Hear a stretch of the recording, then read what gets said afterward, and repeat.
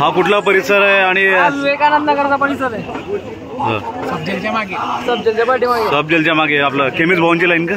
Chemist भवनची line. काय म्हणाल दादा, हे काय म्हणजे काय पद्धत आहे, कशी प्रथा चालवतो? परंपरा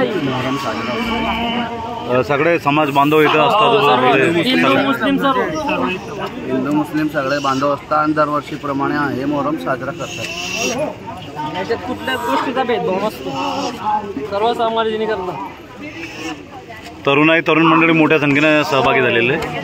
ज्या लोकांच्या काही मुलाचे असतात, त्यांचा काही प्रॉब्लेम असतो, ते येतात, त्यांचा प्रॉब्लेम सॉल्व्ह होतो. याच्यात काही पैसे वगैरे काही कोणी घेत नाही, म्हणजे ज्याची इच्छा असते ती इच्छेने होती.